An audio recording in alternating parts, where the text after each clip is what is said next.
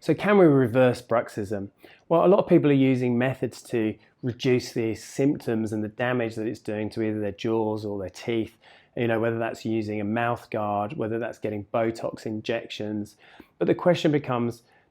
instead of using these methods to kind of reduce the damage that's being done and reduce the symptoms, whatever that is for you, whether that's headaches or poor sleep or whatever it might be, is there a way to actually reverse bruxism so we can go back to a natural state where we don't have bruxism at all? And the way to consider that is to think about the underlying causes of bruxism, what actually causes it. And for most people, that's stress and anxiety and other underlying emotional conditions. So it makes sense that by controlling or completely resolving this anxiety, this stress, and other emotional conditions which may be present from the present or from the past,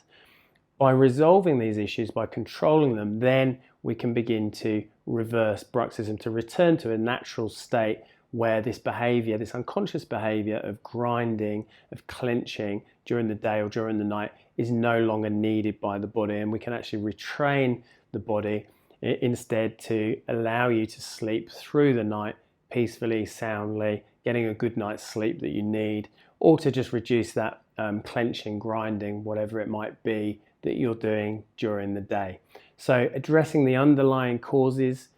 resolving those, getting control of those, resolving them is the way to reverse bruxism, to remove back to a nice natural state.